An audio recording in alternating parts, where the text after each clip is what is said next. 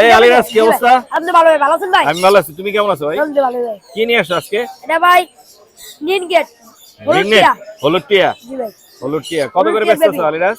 এটা বেচি ভাই 10,000 টাকা। 10,000? জি ভাই।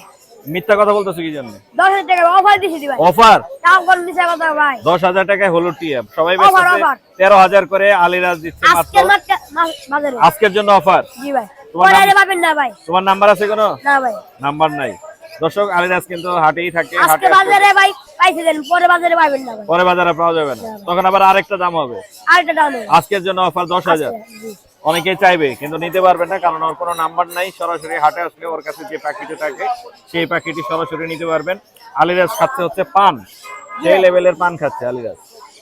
তোমার তো নাম্বার নাই কোনো না? ভাই পান খাওয়া পান খাওয়াইতো স্যার, খাওয়াই না, পরে মরে যাবে। না ভাই, এক পান হয়ে যাবে। ঠিক আছে, ভালো থাকো আলিরাজ, আল্লাহ হাফেজ।